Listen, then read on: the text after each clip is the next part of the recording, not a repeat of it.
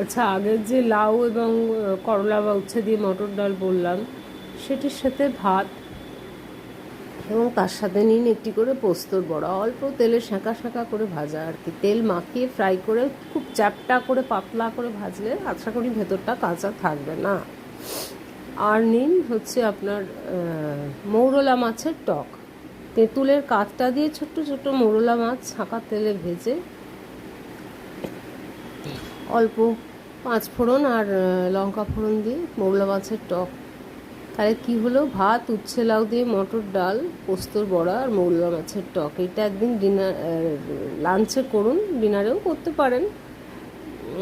আশা করি আপনাদের রসনা তৃপ্তির কোনো অভাব হবে না এবং বেশ একটু ঐতিহ্যকে ঝালিয়ে নেওয়া হবে আর কি।